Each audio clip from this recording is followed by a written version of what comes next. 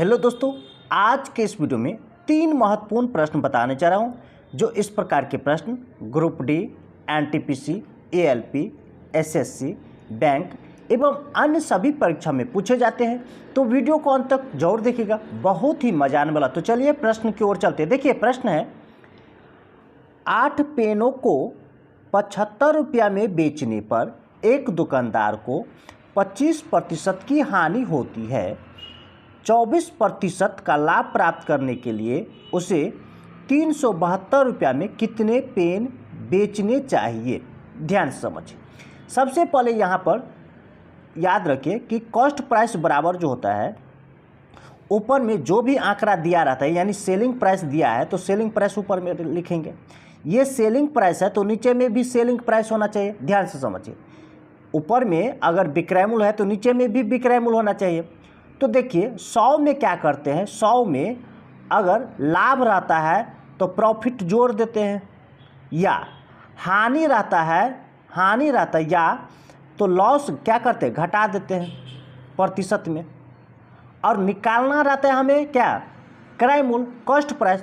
तो हमेशा cost price कितना 100 मानते हैं, तो 100 से इसलिए गुना कर देते हैं। ये याद रखिए। ठीक, दूसरा नियम याद रखिए।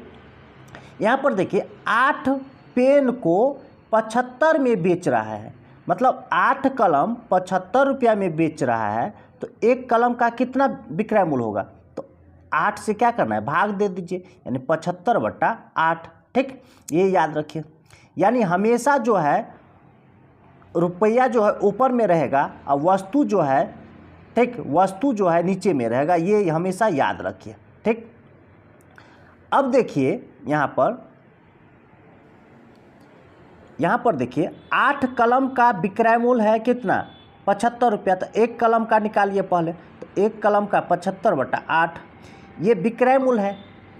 कह रहा है कि 25% हानि होता है, तो कॉस्ट प्राइस बनाएंगे तो क्या करना है, ऊपर में ये हुआ 75/8। ठीक, 75/8 हुआ ऊपर में, ऐसे समझिए।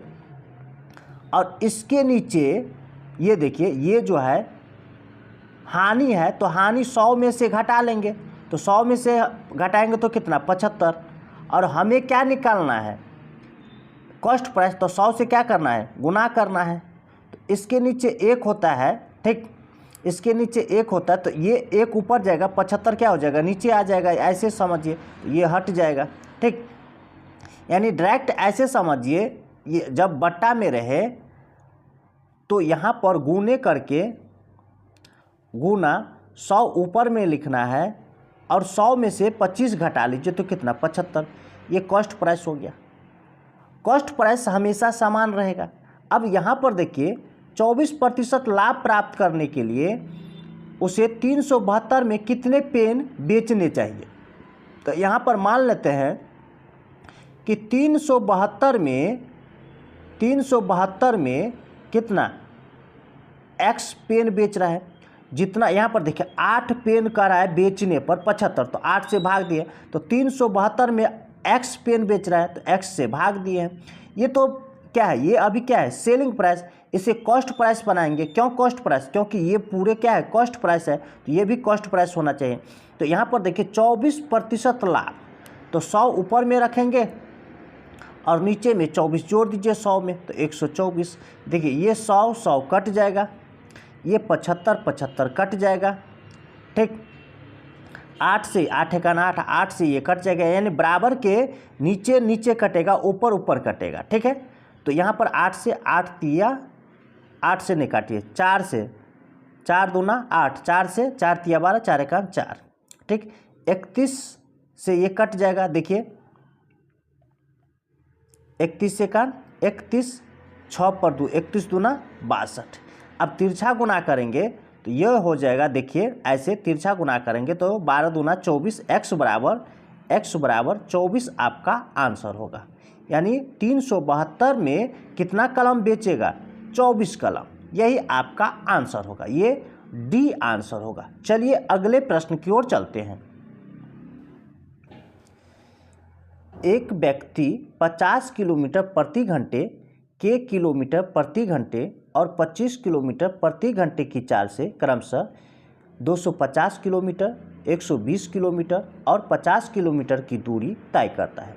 यदि पूरी यात्रा में उसकी औसत चाल 42 किलोमीटर प्रति घंटा है तो के का मान ज्ञात कीजिए। ध्यान से समझिए, यहाँ पर एवरेज स्पीड निकालना है। क्या निकालना है? एवरेज स्पीड यानी औसत चाल। औसत चाल बराबर होता है टोटल डिस्टेंस बटा में टोटल टाइम होता है। अब देखिए टोटल डिस्टेंस तो 250, 120 और 50 तीनों को जोड़ देंगे तो 420 हो रहा है। ये किलोमीटर में है।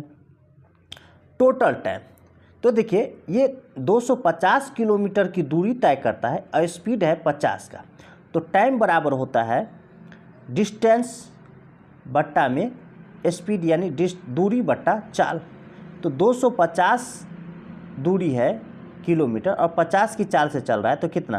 देखिए 0 से 0 5 है 25 यानी 5 घंटा लगेगा। 5 है 25 यानी 5 घंटा यह जोड़ दूरी और बट्टा में चाल तो 120 बट्टा के कर दीजिए अब प्लस देखिए 50 ऊपर में रखेंगे और चाल कितना है 25 किलोमीटर प्रति घंटा, तो 25 से भाग देंगे तो 25 दूना 50 यानी 2 लग रहा है। ठीक,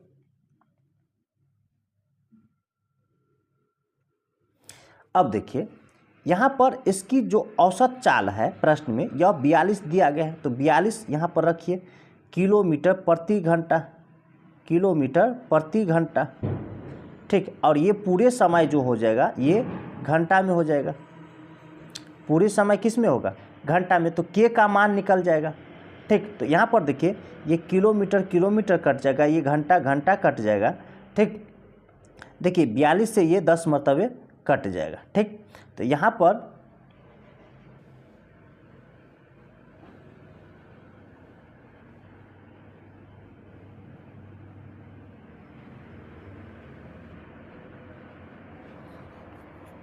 इसे हल करेंगे तो यहाँ पर देखिए 5 और 2 7, यहाँ पर 7 प्लस 120 बट्टा के बराबर 10 हो जाएगा और ये 7 इधर आएगा उठ के तो माइनस हो जाएगा, तो 120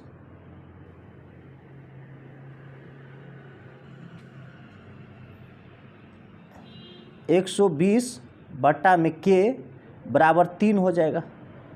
ठीक, अब यहाँ पर तिरछा गुना होगा तो 3 के बराबर 120, 3 से 3 चौका 12, 1 0 यानी के बराबर कितना हो जाएगा 40। यही आपका आंसर होगा, के का मान 40, ये आपका डी आंसर होगा। चलिए अगले प्रश्न की ओर चलते हैं। यहाँ पर देखिए के वह बड़ी से बड़ी संख्या है जिससे 2996, 4752 और 7825 को विभाजित करने पर प्रत्येक स्थिति में प्राप्त शेषफल बराबर होता है। के अंकों का गुणनफल ज्ञात कीजिए। ध्यान से समझिए, जब भी प्रत्येक स्थिति में कह रहा है, ठीक है, शेषफल क्या हो? बराबर हो। शेषफल क्या हो? बराबर हो। तो इन तीनों संख्या का अंतर लेना है और उसका HCF निकालना है, वही के संख्या होगा। ठीक है, HCF जो निकलेगा वही के संख्या होगा। तो सबसे पहले अंतर कैसे निकालेंगे? देखिए बड़ा में से छोटा घटाएंगे, तो यहाँ पर देखिए 4752 में से 2996 घटा लीजिए। 2996 कितना होगा? देखिए 12 में से 6 घटाएंगे तो 6। ठीक, ये हो गया 14। 14 में से 9 घटाएंगे तो 5, ये हो गया 16। 16 में से 9 घटाएंगे तो 7 और ये 1, 1756। ये याद रखिए 1756। ठीक, ये याद रखिए, ये साइड कर लेते हैं। अब देखिए इसमें से कर लेते हैं 78 25 में से फिर एक बार 2996 यानी बड़ा में से छोटा घटा लेना है। इसमें से घटेगा तो यहाँ पर देखिए 15 में से 6 घटाएंगे तो यहाँ पर हो जाएगा 9, 11, 11 में से 9 घटाएंगे तो 2, 17 में से 9 घटाएंगे तो 8 और ये 4 हो जाएगा। ठीक, इसको भी साइड कर लीजिए। ठीक, देखिए अब देखिए 29 इस दोनों में से घटा लिए तो अब 78 25 में से 78 25 में से एक बार 47 52 तो घटेगा, 47 52 यानी 12 में से छोटा घटा लीजिए। देखिए 5 में से 2 घटाएंगे तो 3, 12 में से 5 घटाएंगे तो 7, 7 7 0 और ये 3, ये भी हो गया। अब देखिए ये तीनों का अंतर जो आया है, तीनों का अंतर 48 29 17 56 और 30 73, तीनों में से किसी दो को पकड़ यानी तीनों का HCF निकालना है। जो अंतरफल आया है उसका HCF निकालना है। तो पहले 2 का HCF निकालेंगे। तो यहाँ पर क्या करते हैं, 17 से ही पहले भाग दे देते हैं, किसको, 48 29 को भाग दे देते हैं, आसान होगा। तो 17 से भाग देंगे 17 56 से, 17 56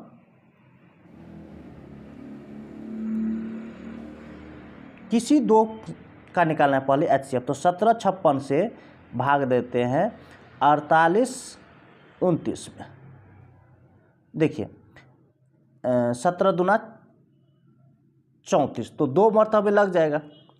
तो ये हो जाएगा आपका 35 12।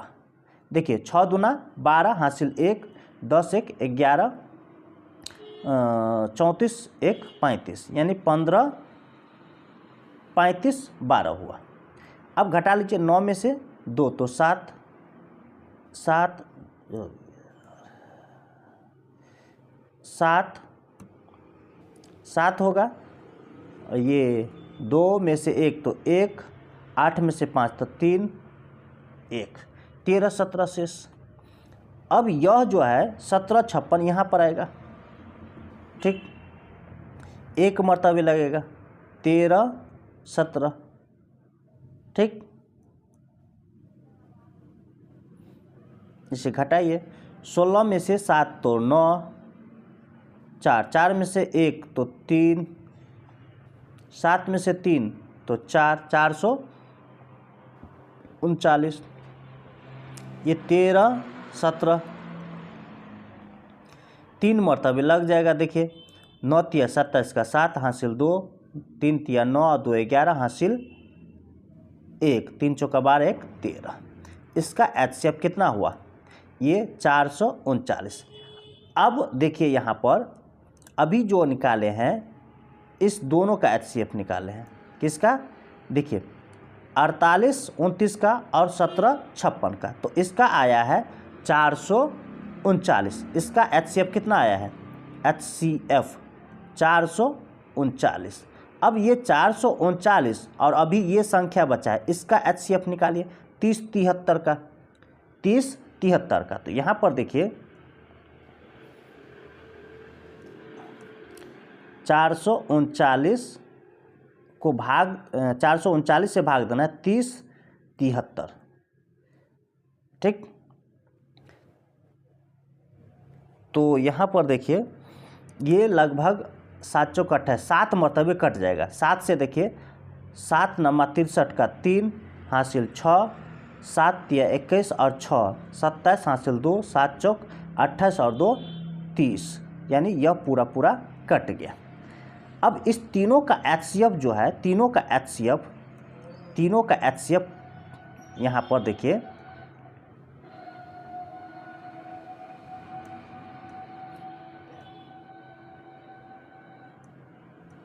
इस तीनों का HCF, इसका इसका और इसका, इस तीनों का HCF जो है HCF क्या आया है 439।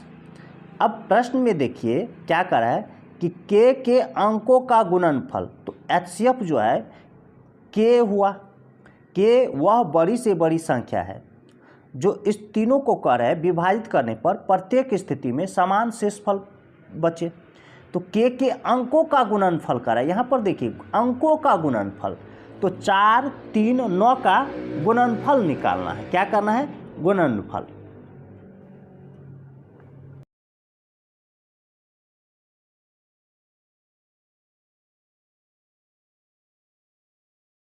तो ये हो जाएगा 4 गुने 3 गुने 9।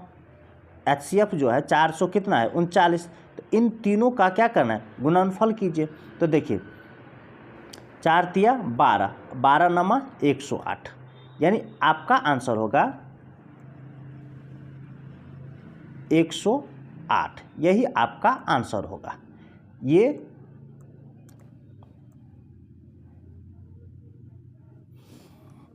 ये आपका ए आंसर होगा। इसी तरह का ट्रिक पाने के लिए हमारे चैनल को सब्सक्राइब कीजिए, लाइक कीजिए और अपने दोस्तों के साथ शेयर जरूर कीजिए। फिर मिलता है अगली वीडियो में, तब तक के लिए धन्यवाद।